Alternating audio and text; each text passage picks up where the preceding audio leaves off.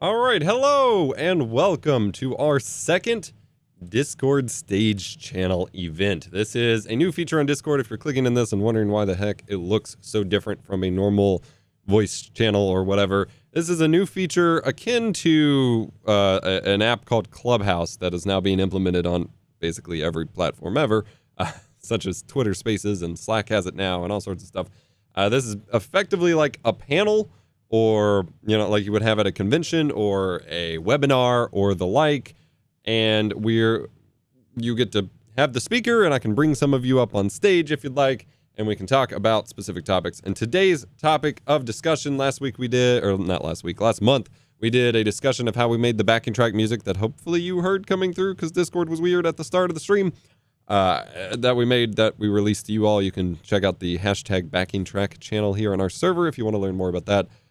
This week we are talking about streaming lessons, hot takes people may have, and ideas or core, things that we, being a royal, we as streamers or myself, wish that we knew when we first started streaming. And so we're going to talk about a variety of things with that. I kind of gave a little bit of a teaser to this in my Twitch stream last night. Things got pretty deep. We can rehash or talk further about some of those things if you'd like.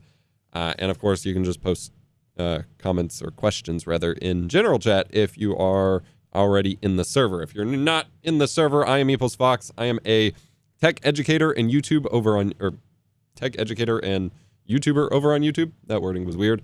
I make tutorials and how-to videos and guides to help you master your tech and get the most out of content creation or streaming or, what have you. And with that, I work with a lot of streamers and streaming platforms and kind of help you get the most out of it. And a lot of that comes in the form of more of the personal side of things, the motivational side, things that aren't necessarily super technical, because we're all streamers and we kind of, want to know how to be the best at our job on top of mastering the tech. So this is, I felt more appropriate for an audio chat, whereas, a tutorial usually requires video. I'm not going to give you an audio walkthrough of OBS or Twitch or something, because that would be mostly pointless.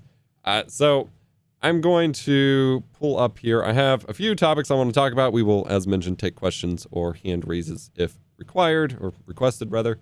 But really, a lot of streamers that you see making videos on how they got successful or how they would recommend other small streamers get successful suffer from a couple things. First and foremost, just generally not researching what the best practices are or what the impact of the things that they recommend truly are, but also something called survivor bias. And that is effectively the idea that because you made it, or you survived, or became successful at a specific thing, then the steps that you took or the things that you did along your journey clearly reflect what is required to become successful. Even if that's not necessarily the case, that's what it feels like, because that's what you did. And people who share that from a place of, hey, here's what I did to become successful, maybe it'll help you, is totally fine. But people who share it from the place of, I'm an expert on streaming and it's because I was successful and here it is, don't necessarily provide the right advice. And so you will see across Twitch, Twitter, TikTok, or Twitch Talk as they call it, and the like, a lot of kind of weird takes when it comes to streaming or content creation that aren't necessarily the best advice. And you will see a lot of small streamers arguing over little things that I think will ultimately hold you back in the long run, that I cannot stand to see streamers argue over. A while back ago, a fellow streamer tweeted out asking for some hot takes from some fellow streamers that, might pull a negative reaction, but are things that people believed. And I was really surprised to see the amount of entitlement, I guess, among small streamers. And then I thought back, and that's the exact same mindset myself and so many smaller YouTubers had in the early days of YouTube, when we were coming up as like the second and third generation of YouTubers, where it seemed like everything was so easy for those who came before us. So the first bit of advice that I think everyone, content creation, and whether you're streaming or on any platform, need to accept, and this is something that I think I am finally accepting, but I still need to work on in some regards when it comes to what you might view as competition, which we'll touch on in a moment. But other people's success do not detract from yours. Just like someone else enjoying a video game because the developer added a save and resume feature that has literally no way of impacting your enjoyment of the game in any way, and at least in any way that isn't your own fault. Someone else finding success on Twitch, on YouTube, on any platform, even if they're in the same niche as you, someone else finding success isn't something that impacts you.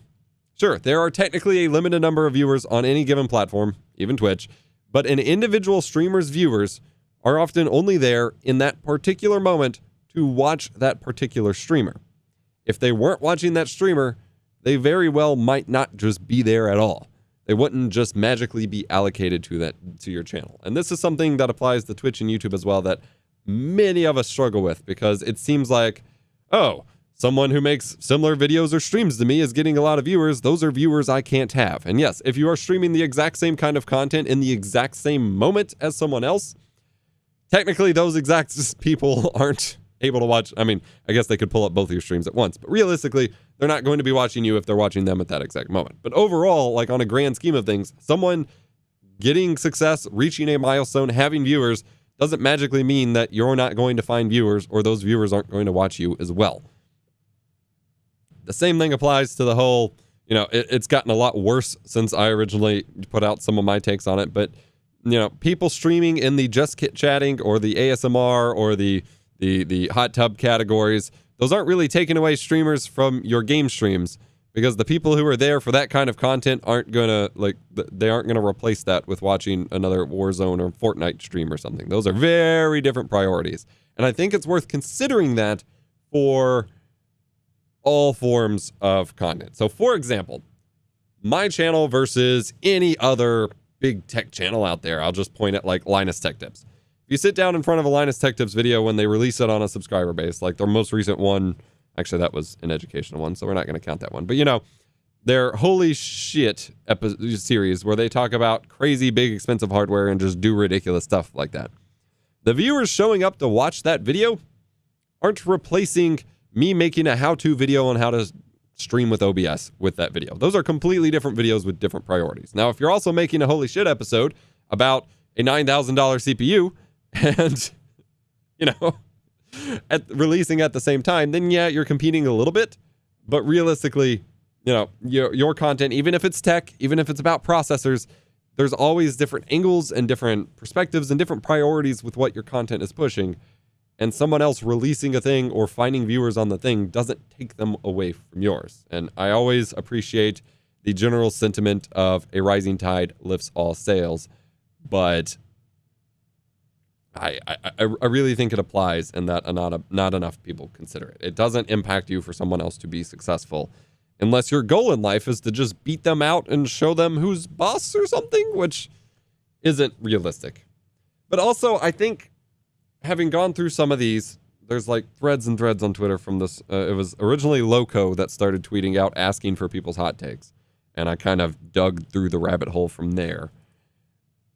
There's a lot of the idea that your success is dependent on actions that other people would have to take in order to benefit you that they aren't doing. So for example, raids, hosts, shout outs from bigger channels, insisting that you can't grow without someone else handing their viewers over to you as literally a handout is not how success on these platforms work. It can be a nice boost. It can, at the right moment in time, can be a big milestone or like pivot in your career, but you have to be good at doing the thing and already be, building a sustainable, successful show for that to happen.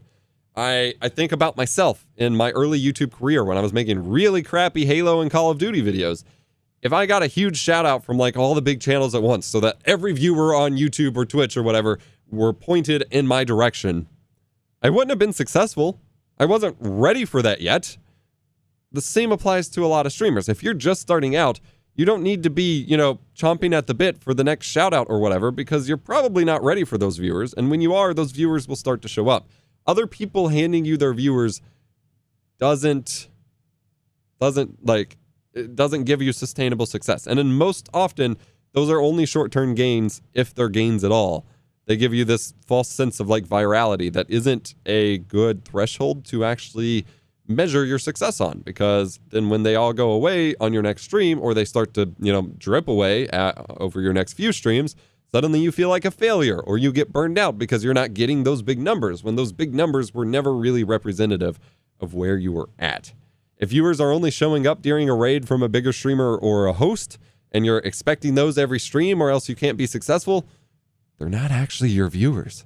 They're the other people's viewers that just happen to leave your channel up, like on the TV. If you happen to turn your TV on and walk away, that's not your success. Being dependent on that means you don't have your own success yet. And that's fine. We're all on this journey, but acting like you need to be entitled to that is a little weird. At the same time, streamers who dump their viewers, so to speak, on another streamer through a raid or a host and expect it to be a big spectacle every time also feels a little weird to a lot of people. Like, obviously, there is the culture on Twitch, and hopefully we'll develop it on YouTube. It's really not there yet, and that's really disappointing. But obviously, there's the culture on Twitch, at least, of raiding and hosting and all of that and getting the interactivity. But if you're raiding a guy who only has one viewer or 0 viewers even, or only a few viewers, who clearly, they're not an affiliate yet, they're not a partner yet, they're clearly not used to being a streamer yet, and you expect them to give you a big over-the-top reaction, or you expect it to turn into this bigger thing and then get frustrated and have to tweet about it when it doesn't, I feel like you're a little bit off base with what you expect to happen. And yeah, that shows that they're inexperienced, but also, just because you decided that your viewers should watch them doesn't mean they need to change their content for you, if that makes sense. I see so many tweets about streamers that didn't acknowledge my raid, blah, blah, blah. And like, I get, especially if you're trying to provoke a reaction, I guess I can feel, why it might suck. But I think so many people's motivations, without them realizing it, are based upon getting something out of their relationship with another content creator or a streamer, or, I've been a viewer of this person for so long, I deserve their response on X, Y, or Z. And going into those kinds of relationships with expectations, with demands even, or the intrinsic like motivation that, I'm going to get something out of this, is setting yourself up for failure. And I hate to see that, because I don't think people consciously, people like to talk about all the time of fake people or people that only use people or something. I don't care about drama. I don't care about that. But I don't think people realize that when they go into these relationships, that they are doing it for getting something out of it. And the same thing applies when it comes to quote-unquote networking. If you're networking just to get someone to watch your stream or to get to leech off of their audience, even if you don't intend to be doing it that way, like if you ask yourself at the end of the conversation, what was my objective here? What did I hope to get out of it? If it wasn't just hanging out and chatting with someone you thought was cool or share an interest with, you're probably in it for the wrong reasons. And so when it doesn't work out that way, or you put all this effort into this conversation or to trying to befriend someone and they're not going to go check out your stream, they're not to blame for that. You're the one who went into it with the wrong recommendations. And I think we all do this at some point, but it's really not cool.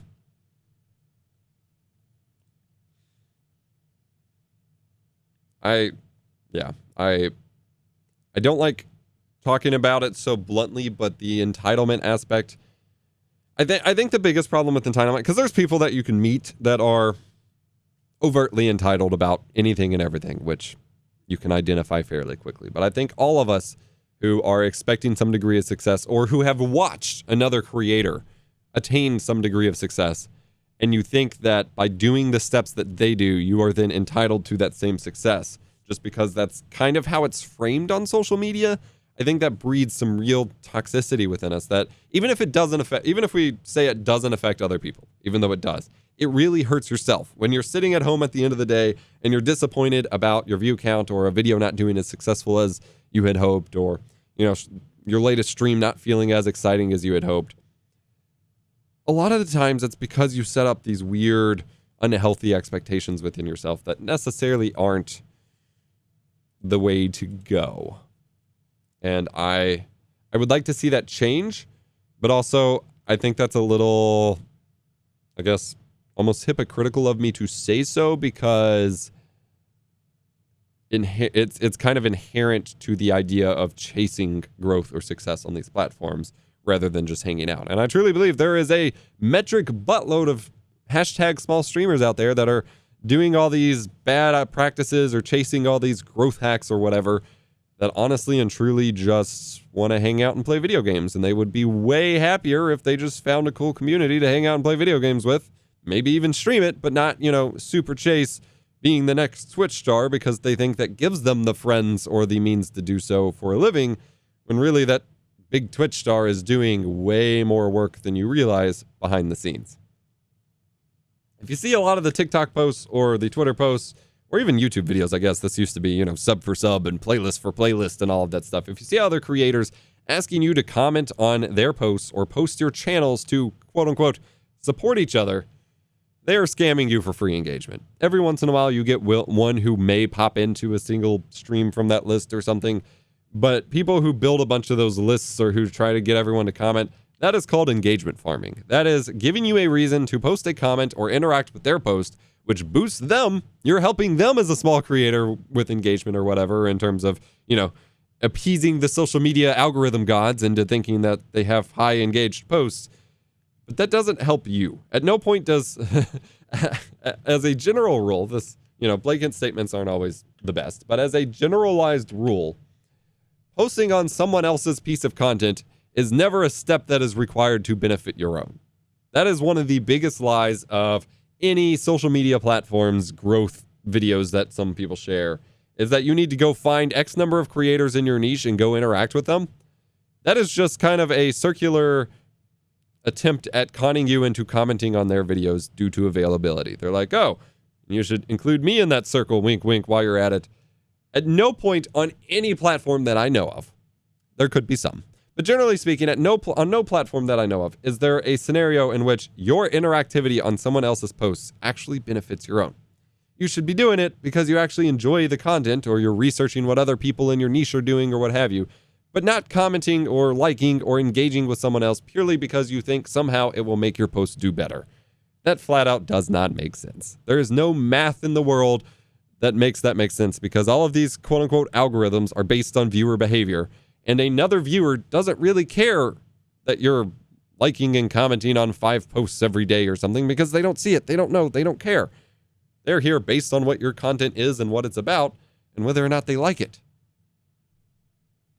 That is one of those biggest scams that I see all the time.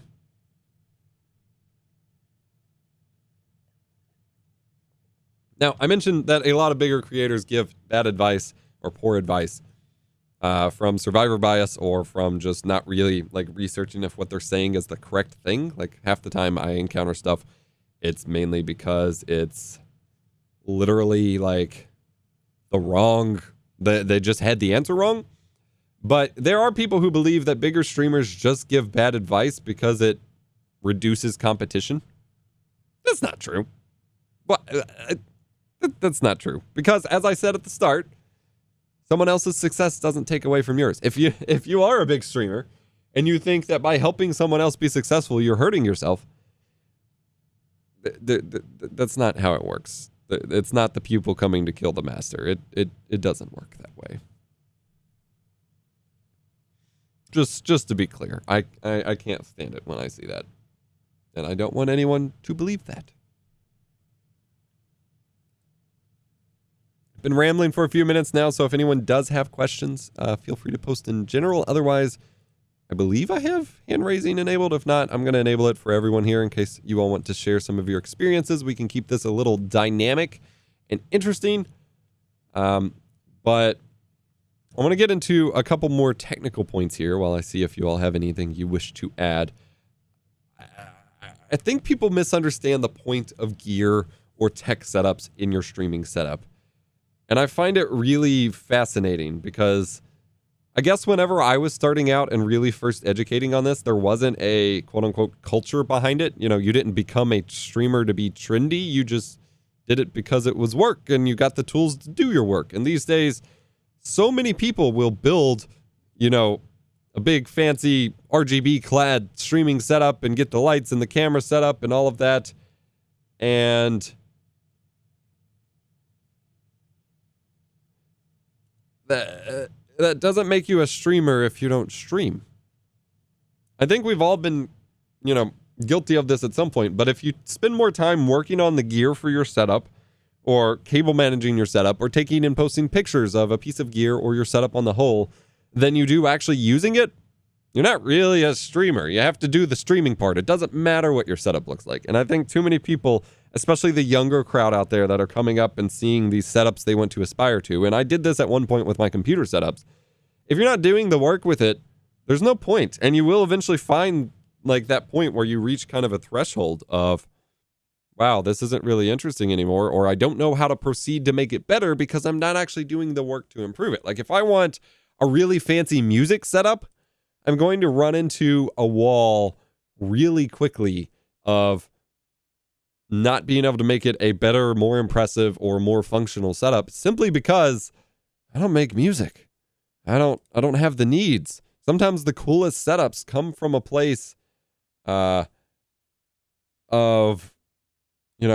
acquiring the things that you need for your job. Like you look at like my studio tour, if you haven't seen that.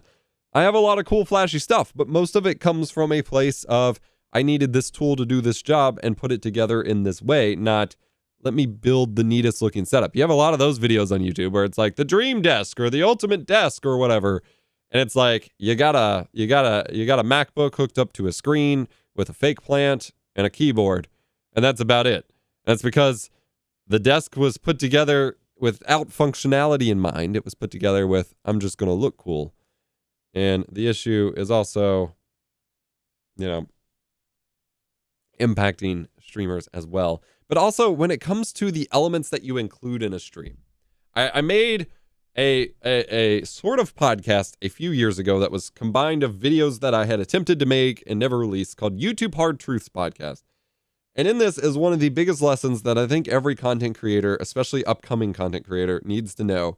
And that is, if you are considering adding something to your stream, to your video, to your layout, to your setup, make sure that it actually adds value to it. So for example, if you are an unexpressive person or you don't plan on making eye contact with the camera or doing something interesting on camera, you don't need a face cam. Having a face cam staring at your forehead while you're looking down at your stream and you're not really expressing or utilizing it as a video element is just hurting your video quality and taking up space. The same thing with green screens. If you're doing a green screen and it's poorly lit, that looks way worse than just having a dark background or a neatly put together background. Or if you're doing cool alerts and overlays, like I see so many people who will throw up like donation tickers or sub goals and they have like 5 out of 2,000 they need. If you're not actually like making progress towards that goal, having it up there doesn't really help. It doesn't add to your stream. It's not a community thing. It just looks like you're there for the money and you're not adding to your content. One of the biggest things you can do to improve production value without costing yourself $1 is just to keep it simple until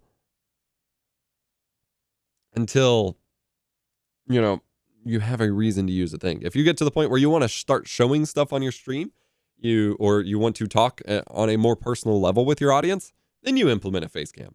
But if you're just starting out and you're just chatting with a mic and you're not used to appearing on camera and things like that, you can experiment with a cheaper webcam if you'd like, but really you don't need one. There are plenty of streamers who find success that don't have a webcam, and that's fine. Like ultimately, long term, if you want to build a personal connection with your audience, with your viewers, and you want to kind of build that together,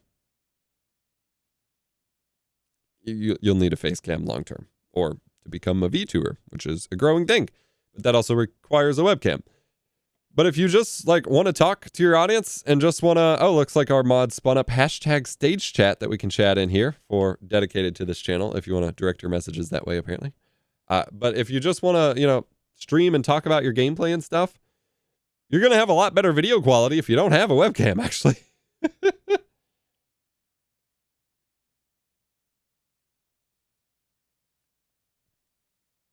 Okay, yes, just to clarify, the stage event is not for personal tech support. That's what the Tech Help channel is for. But yes, I am telling you that it's okay to stream without a webcam. 100%. Completely fine. Again, long term, you probably want to invest in one, but short term, it's not. And the same thing, and in fact, I bet there are a large number of specifically first-person shooter streamers, or maybe other game modes, but specifically first-person shooter streamers, where you never even need the camera pointed at your face. You just get like a mouse cam, and you can even get like the Elgato green screen mouse mat, or just point it at your general mouse mat and things like that. And just get like a mouse cam to show like your crazy flick shots or something. And that is far more value added to your stream if you are a high tier player than a face cam, especially if you're not an expressive, high energy level personality person in the first place. Showing your cool moves with your mouse is way higher production value than just showing your forehead. You could set up an overhead camera that you just do for like unboxing things. Or if you do an art stream, you don't need a camera pointed at your face. You just need one pointed at your art. Or if you're doing digital art, you don't need it at all. Or maybe you don't have your camera on every scene. Maybe you have a big focus on your gameplay. If you're like a super serious player and you really you get hardcore focused to where you can't even engage with chat, obviously someone's going to tell you, your best results are going to be regularly engaging with chat and stuff. But if you're known for your high tier gameplay and you get really focused and into it, maybe you for that side of the gameplay scene, you don't have your camera visible, and you allow viewers to focus more on the gameplay, or you implement chat instead for viewers to look at. And then you flip it around and you have a just chatting scene in between matches that you have full frame camera. And so they still get to see you and engage with you when you're there. But when you're not engaged, as weird as this is going to sound, do everything possible to make it less obvious when you're not engaged with your chat. As weird as that sounds, the more obvious you make it when you're not paying attention to your chat or when you're just not present on your stream, the more of a turnoff it is. And that was my big advice last year or the year before when it comes to making sure you have be right back screens. Because if you just get up out of your chair and just leave dead air up, most people are going to tune away. You're going to have your diehard fans that'll be there. But realistically, if that happened during a TV show, you might stick around for a minute and then you're like, well, that show's dead. Let's go watch something else. There's no reason to stick around. Whereas if you implement a dynamic be right back screen, like with the Thenoscope or your own highlights or something, you're still entertaining your viewers and you're still showing that you care that they're there, even if you're not paying attention to them in that moment. Especially helps if you have moderators who dynamically create text chats on the fly, so it feels like you were more prepared for a stage event. Hey! That helps as well.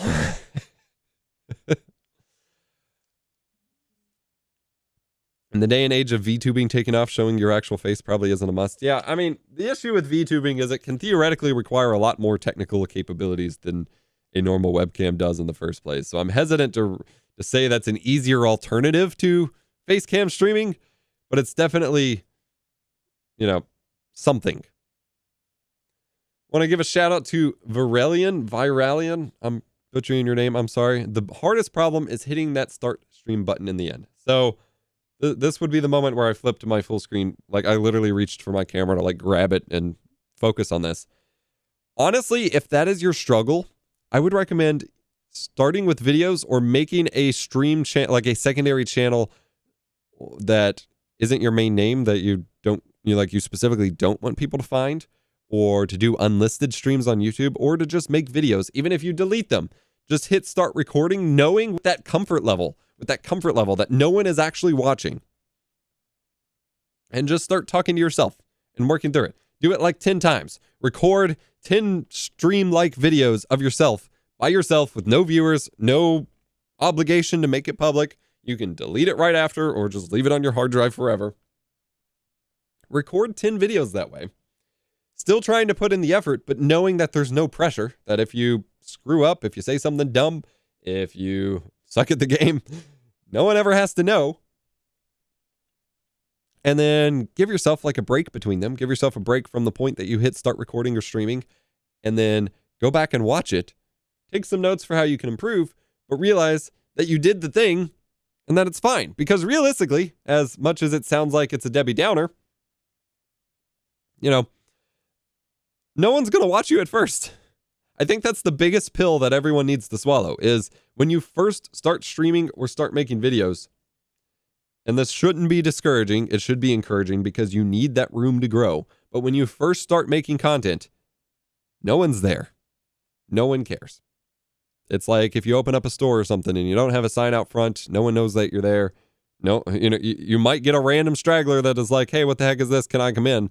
But otherwise, no one's going to be there. And while that can be frustrating when you want viewers and you want to be successful, If you had your first stream where you had the equivalent of a mid or even high tier streamer's viewer count, it would be the worst. You would be so embarrassed, especially even if you were proud of it in the moment, because you're like, yeah, my first stream was awesome. In like 6 months to a year of streaming, you're going to look back on that and be like, wow, I burned a lot of first impressions because I was terrible. And the same thing applies to my YouTube career.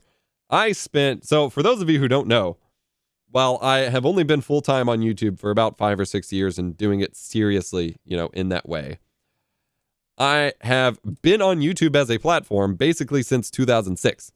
I've made thousands of videos that very few people saw, or have seen rather, or the people that did see probably aren't still around these days, 10, 20, 15 years later. And that's a good thing because they were terrible. Even if I thought I was great and I was learning, and for the time and for my position in my journey, they were great. But they're not now. And it's okay to grow and learn and for your first videos to suck, but you also don't want to put that pressure on yourself that it matters, because everyone starts out that way. But I honestly believe just making the content, and even if you just do nothing with it, really gets you used to it, because practice makes perfect. Getting yourself comfortable is the biggest step, especially when it comes to your speaking performance. I'm actually literally writing a script today that I'm submitting for approval from a sponsor that is about streaming audio and things like that. And of course, it focuses on technical stuff. But a big part of the technique is literally like you just get better with time. I am despite the fact that every time you probably hear me in content, I am, hey guys, it's me, blah, blah, blah. I am a very kind of low-key, mumbly person in real life. I'm not a outgoing personality, but it comes through having done this and, also taking like a public speaking class would help, or multiple of them. But it comes from the practice of realizing if I start doing all my streams like this and I'm just kind of mumbling and slurring my words, and yeah, guys, you just click on the OBS over here, I am costing myself viewers. And if I'm throwing all of this away, what's the point in doing it? So, ASMR vibes. That's a whole different story. Pop13 asks, just curious, what do you even talk about on stream when there is no one talking in chat? You can, of course, talk about your gameplay as the low-hanging fruit, and that is generally the way you should start, because especially if you're focused on your gameplay, you want to react to it a little bit. But honestly, especially if you're just doing the, private practice for yourself to get used to it, just talk about your day. Come up with stories of what happened to you, something crazy a pet did, or something you're struggling with in life that someone might be able to relate to. I mean, that's literally how I started the stream stage, was I took notes of a bunch of different hot takes or complaints I saw going around about streaming and wanted to put it together as a topic that I could talk about. It's just stuff that I see and observe and have opinions on. And as you get more experience and expertise in a field or in a topic, then you have even more to offer in that regard. I could talk about OBS for years straight, but you just kind of converse, figure out, you don't want it to be small talk, like super small talk in the literal sense of what your weather is. Although if it's, groundbreaking, sure, go for it. But you do, the casual conversation you would have with a stranger or with a friend that you're not having a deep conversation about, unless you want to have that deep conversation. And then you go with it too. What are you thinking about? What are you interested in? What excites you? Is there a new show coming up that you're excited and looking forward to? Are you nervous about the next game release? How do you feel about the update to your game? World events, if you want to get into that. IDK, if Epos uses chat for these questions, but since I'm here, I have a YouTube channel that recently blew up. 15K views in 2 days. Very nice. Congrats. Would you suggest I play the same game on stream that got me loads of views on YouTube? The game is dead on Twitch. No one streams it dead, but people do watch my videos about the game. So ultimately, you can do a couple things. So effectively, they're asking, they're finding success with a game on YouTube that isn't performing well on Twitch. Now, the question to ask yourself, and this gets kind of in the weeds, but is it not popular to stream on Twitch, as in there's not a lot of streamers there, or are there a lot of people streaming it and there's just not a lot of viewers there? Because there's a big difference, and I think people mix that up a lot. If the game, what people consider a dead game, in quotes, is actually more realistically, they're just not streamers playing it. That doesn't mean the game is dead. That means content creators aren't hopping on it as a trend right now. There could still be millions of people playing the game, or there could still be a huge crowd wanting to watch the game. And you often find people who are really into a game wondering why people are saying it's dead when they're still there eating up content. You said no one's streaming it on Twitch, but the game has decent popularity. Then yeah, I would stream it. Obviously, like, you don't want to lock yourself into it if that's not what you want to, you don't want it to be the only thing you do. But I definitely think you could find wow, that was a fail. Some success if not a lot of people are streaming it, but you're finding a lot of people wanting to watch it. Definitely start mentioning in those videos, hey, I streamed this on Twitch, by the way. Or you might consider doing an experimental stream or multi-stream over on YouTube to reach those viewers directly and be like, hey, I streamed this game. Come watch me stream it if you want more content. Otherwise, it might just be a game that particularly performs better for videos, and that's fine. You make videos on it and stream something else if you like. How do I get viewers to write anything in chat? Generally, that comes from a couple things. It kind of comes from the way that you format or present your stream. And obviously that's awkward as a starting point if you don't have chat in the first place. But you kind of got to allow a little bit of breathing room, as contradictory as that might sound. But, like, effectively, is a mistake I made at the start of this stage event. Although, not a huge mistake, but effectively, like, I rambled on for 18 minutes. I did not take a break and did not give room for any input. I didn't ask for it. It was because I had, a preset things I wanted to cover before I invited Q&A, because often Q&A dominates and takes over the rest. So I want to get out what I can before you potentially lose your script, so to speak. But it often comes down to how you present it. If you are just talking the whole time, and not, leaving yourself open to be engaged with, or not asking questions, or not leaving kind of uncertain things for viewers to chime in on, then viewers aren't going to chime in. You're doing your thing. They're just going to let you do your thing. And best case, they're just there to chill with you and watch, and they haven't had a reason to speak yet. Worst case, they think that you're not interested in chatting with chat, so they're just going to bounce. If you do have your friends commenting on random things, go for it. Engage with them. Leverage them to start a bigger conversation. So if they're like, wow, that was a great play, you can expand on that, or be like, yo, okay, should I try to spin that into a challenge based on this specific weapon or play style or something? And then viewers can chime in on that. You can also leverage channel points. I'm not 100% off the top of my head. Channel points are new to me because I don't do a whole lot on Twitch these days. I'm getting back to it. If channel points are available to everyone, you can do cool, goofy things like setting up and introduce yourself one for a few channel points, and that kind of gets an icebreaker going. Things like that. You got to find a balance between being self-sufficient in that you can talk forever, and if your chat's empty, you still made a good stream, but also engaging, or, trying to provoke or engage chat, because you don't want to be that person that's also like, hey, chat, you there? Hey, guys, what do you think? Hello? Chat? Hello? Because that also kind of looks desperate and sad. So you got to find a good balance, but I think it's definitely doable. But also, if you're just vibing and playing your gameplay, some people just want to chill and watch that. And not the biggest thing that I think we have learned as a streaming culture recently has kind of been to stop calling out lurkers. There used to be this whole idea, or this whole like standard practice of, if you didn't have anyone in your chat, you'd pull up your viewers list and just kind of start calling on them on your own, as if you're the teacher and calling on people who aren't raising their hands. And that makes people uncomfortable. If they're not, volunteering their speaking on their own, they may not want to chat yet, and calling them out could make them bounce. And so don't put yourself in that situation, and more just kind of let them speak on their terms, and you'll find it be a bit more natural most of the time. Some people do find success calling out lurkers, of course, but as a wider practice, it's considered less ideal these days for mostly good reason.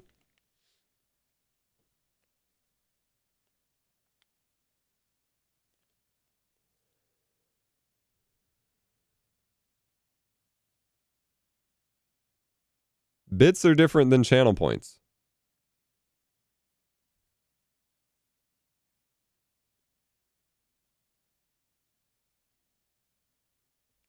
Honestly, if you are struggling to talk in public, like, there is literally nothing you can do outside of getting drunk or something, I guess, which I wouldn't recommend. There's nothing you can do to get past that until you get the experience. So even if you try and fail, like, you gotta keep trying. Even if you find a safer space to have people who are going to be there for you if you don't do a good job, whatever. But until you get experience and actually, doing it, you're always going to feel that way, honestly.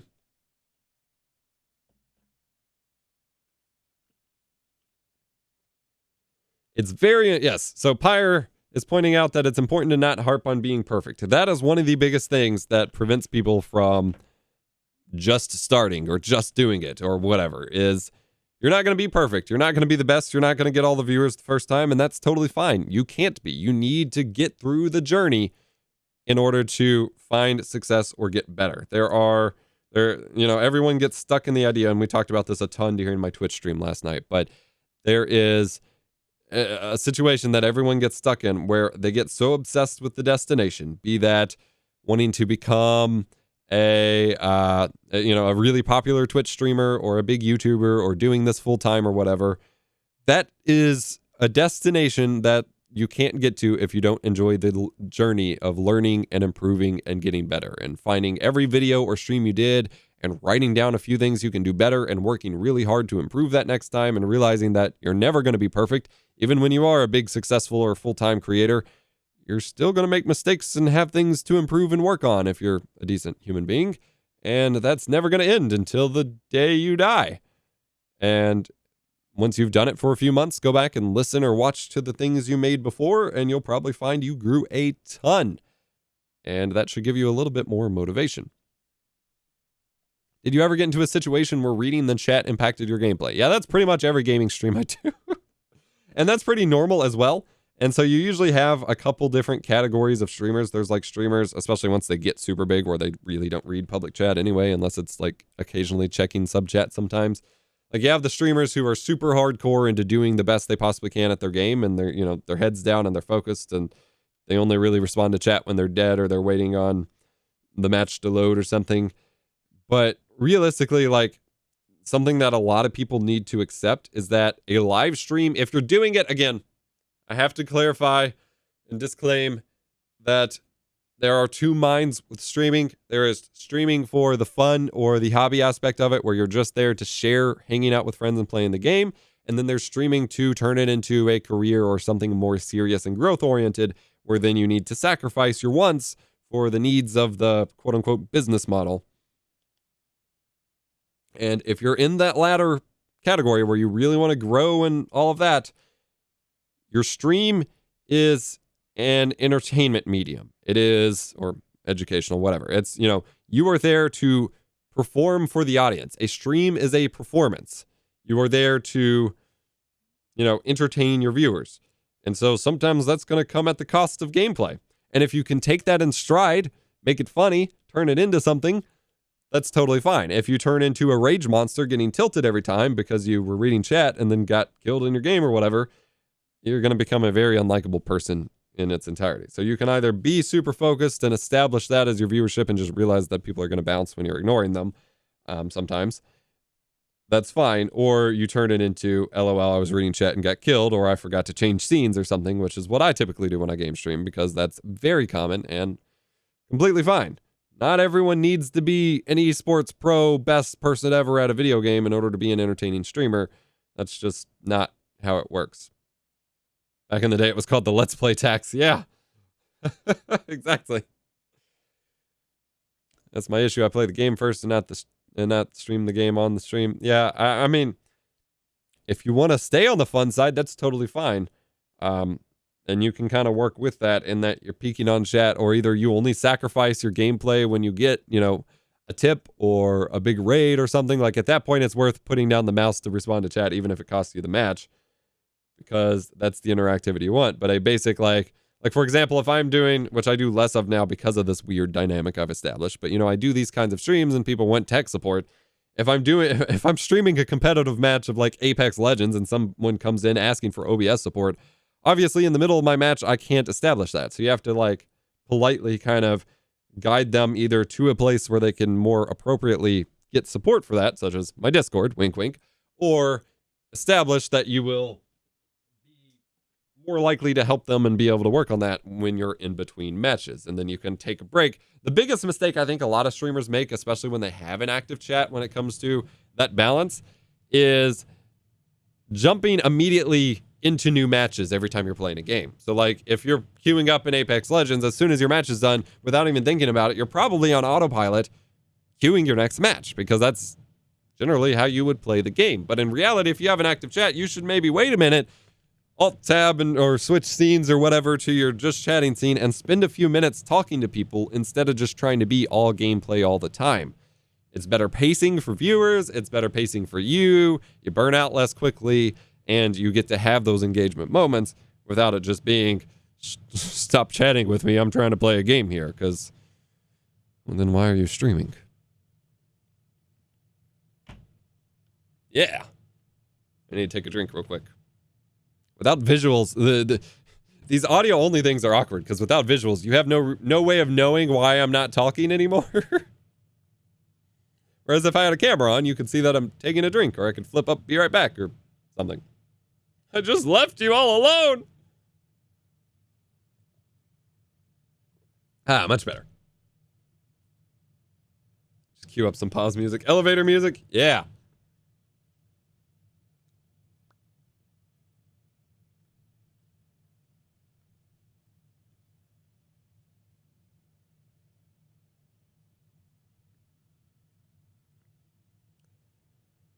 Dad went out to stream stage on Discord and never came back.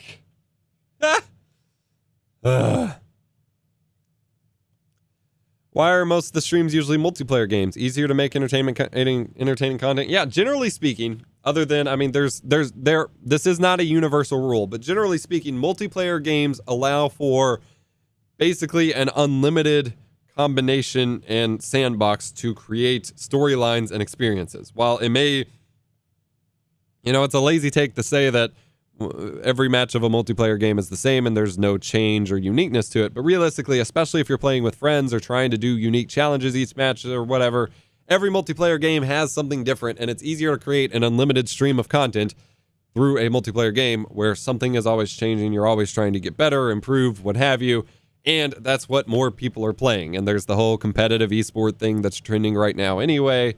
Now, this can be done with single-player games in terms of speed running or, there's already a baked-in interactive element. Speed running or modding or trying to break the game or challenge runs or whatever. Like, that's why you see the Dark Souls games being a very popular game to keep streaming, because you can do different runs and things like that. The same thing with Pokemon Let's Plays. Those scenes are huge because you have Nuzlocks and randomizers and challenge mods and things like that. Whereas a standardized just playing through the game Let's Play, there's very little motivation for anyone to watch more than one of a singular Let's Play of a single-player game. Like, once I've seen the game played through, I have no real reason to watch anyone else do it. And you have no reason to replay the same game over and over yourself. New Game Plus doesn't really make for more entertaining content when nothing really changes. So those are kind of the different dynamics at play there. On top of the fact that, generally speaking, as a general rule, Let's Plays are much less engaging and interactive than multiplayer in the first place. And you can, hop in voice chat and troll with the people in pubs or get other streamers in for voice chat and things like that.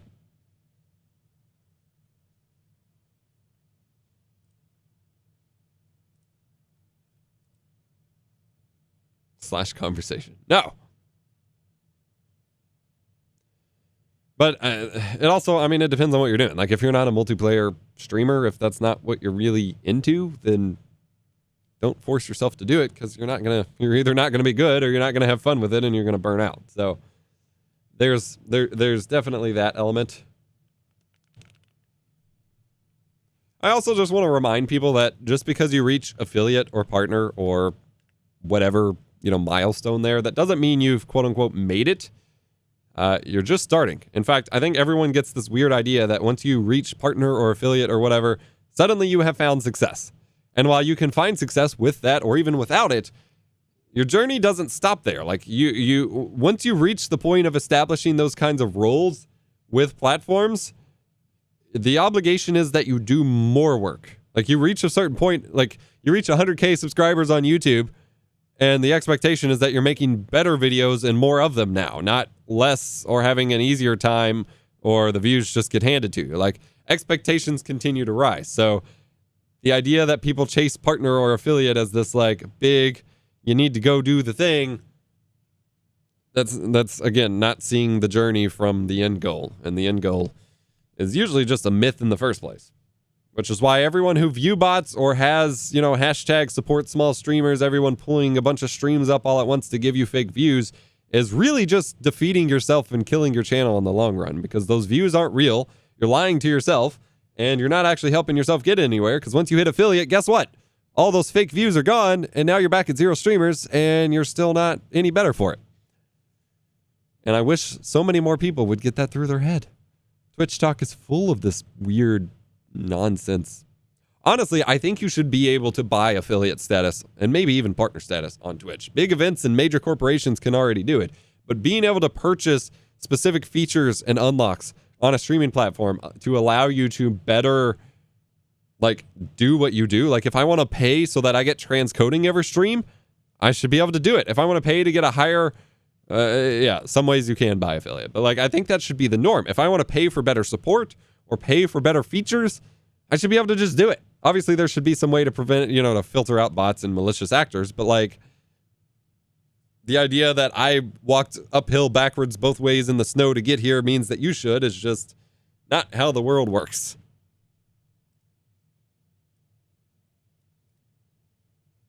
Paying transcoding should be a basic thing. 100%. 100%.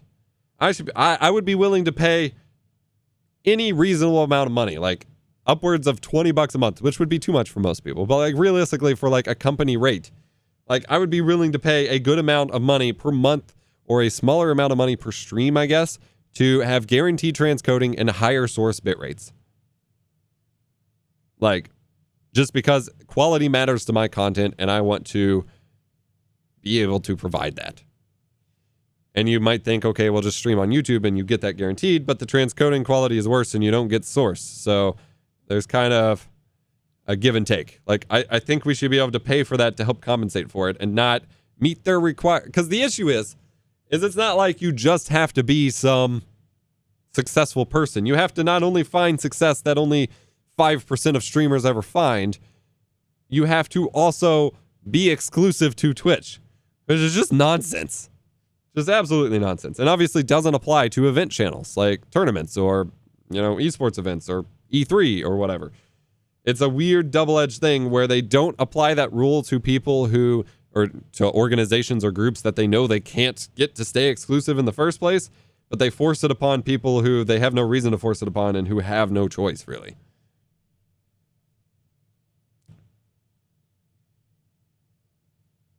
How does transcoding or the lack thereof affect viewers? So it impacts who can actually watch your stream depending on the bitrate you are sending. So if you send the full fat 6 or 8, if you want to break the technical rules, megabits per second stream, it looks great, but people who have weaker internet, satellite internet, or watch on mobile data connections, they will be much more likely to get buffering or just not being able to watch at all because their bandwidth can't support it. Okay, well then the option is to stream a lower bitrate, which then you're getting much worse quality, but everyone can watch it, whereas transcoding means you can still stream at the full fat, higher quality stream as your source feed and get the higher quality for those who can watch it, but for those who can't, they then get a lower quality transcoded copy that they can then watch, so you can appease both groups of people, because otherwise you are compromising on either viewership or quality, and it sucks both ways. 6 megabits per second is like the norm in many places in Europe. It's not in the States, and the vast majority of viewers of any kind of web video content are mobile, and mobile data connections don't really necessarily support that. And Wi-Fi to smaller devices sucks and the likes. I'm having trouble expanding my... by the way, we have a couple more questions we can take here as we wrap up. This was only an hour-long block.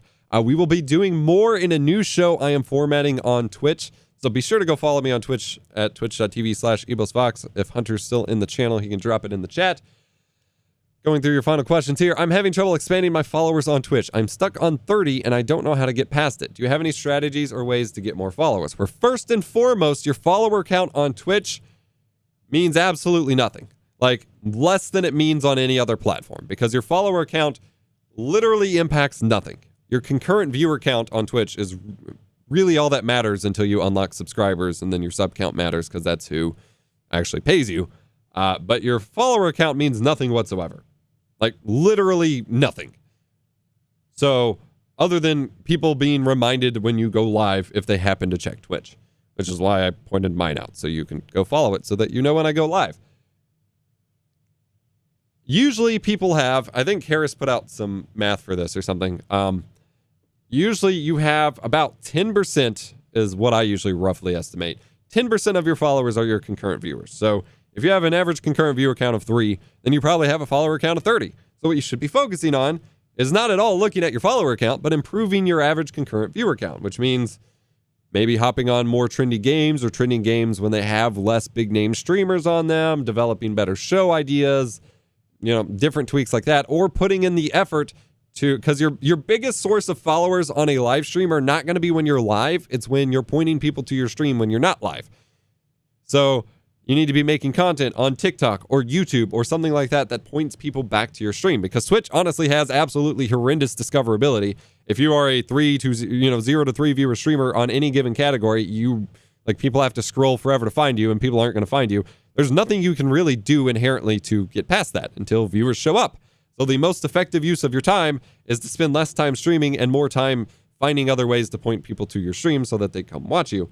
And you do that through making content elsewhere rather than stressing out about your follower count itself, because even less so than on YouTube or Twitter, your follower count on Twitch means quite literally nothing. Like, it's not evaluated for any purpose whatsoever. Oh snap, a Twitch show stream? Yeah!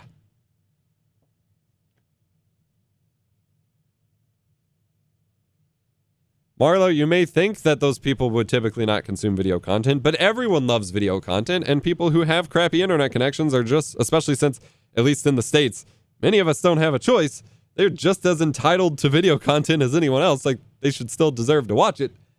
And having grown up in the time where we had really crappy DSL and dial-up and things like that, like, the struggle bus is real, but you still try to watch when you can. And the streamer who, and think about it this way, like, if you're worried about where your viewers are going as a streamer, the viewers who can't watch, 6 megabit per second streams or whatever, those viewers are all going to go, like, if they're there to watch a Twitch stream, those viewers are going to go to the people who have transcoding or stream in a bitrate that allow you to watch it. Now, personally, I value image quality and the ability to see what I'm doing and stuff far more than that, and I don't think, due to the type of content I make, that I have that high of a mobile viewer audience. So, sorry, but I usually cut those viewers off myself, and I can live with that. But not everyone can. Especially if you're just starting out, if you're cutting off all of your potential viewership. Yikes.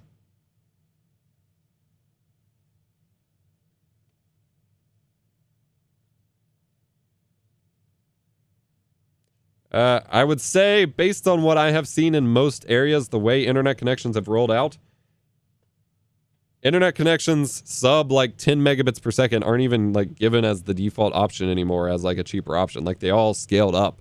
The ISPs did. So if someone has an internet connection lower than that, it's probably not by choice. In most cases. Yeah, so it's about making viewers able to watch your video. It's like if YouTube didn't have transcoding for their videos, if I just uploaded a big high bitrate 4K video, very few people would be able to watch it. That's not great. I would still want the 4K option so I could have the best quality, but if no one can watch my video, it doesn't matter how high quality it is. No one can see it. Thanks for hanging out with us in today's Discord stage channel event. You are appreciated. I know this is a weird feature. We're still learning it, but I am stoked for what we can do with it, and I hope we can do more. We'll have more talks like this over on my Twitch as the new show starts getting put together. But I was talking about videos, not streams, Marlo. But yeah, you're right about the delay. But yeah, if you have any future questions about this, we can kind of keep the conversation going for the next day or so in this channel. Otherwise, we have streamer chat up in the general category that you can ask your questions about. Pop's asking if these will be recorded. I don't think I'm supposed to, according to Discord's rules. However, we'll be doing a lot of this over on Twitch, so all of that will be recorded and repackaged for YouTube and the like. Anyway, hope you enjoyed. Thank you for hanging out with me on a Friday evening instead of Streamer News. We will hopefully have Streamer News back next week over on the YouTube channel. We've had a 2-week hiatus, both because of this event as well as the Elgato event last week that took over my video slots and notifications and all of that. But thanks for hanging out with us. Hope you all have a great weekend, and I'll see you later.